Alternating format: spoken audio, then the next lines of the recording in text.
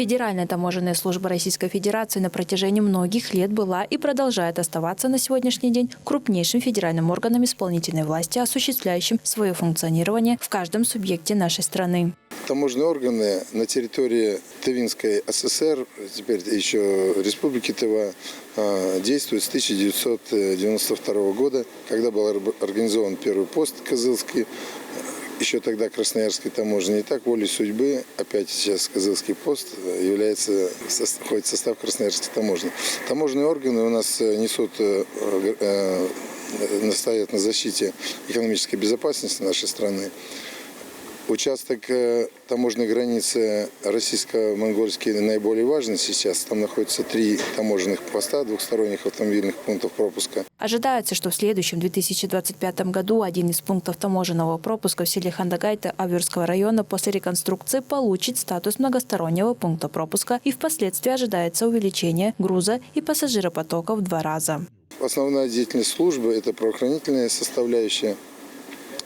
За это время, за 9 месяцев 2024 года, через российско-монгольский участок границы было перемещено порядка более 30 тысяч автомобилей и более 120 тысяч жителей. К сожалению, не обошлось и без нарушений в сфере таможенного дела. За этот год тут было возбуждено 2 уголовных дела и более 300 административных дел об административных правонарушениях.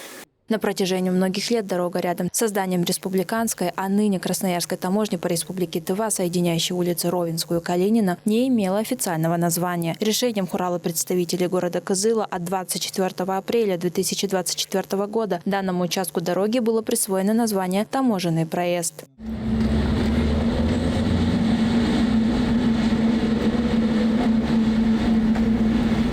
На сегодняшний день деятельность наших коллег на территории Республики Тыва достаточно насыщенно и активно развивается. У нас на сегодняшний день 4 таможенных поста, 3 из которых функционируют на границе Российской Федерации. Цаган-Талгой, Шарасур, Хандагайты, Кызыльский таможенный пост и служба Красноярской таможни по Республике Тыва, которая обеспечивает правоохранительную деятельность на территории всей республики.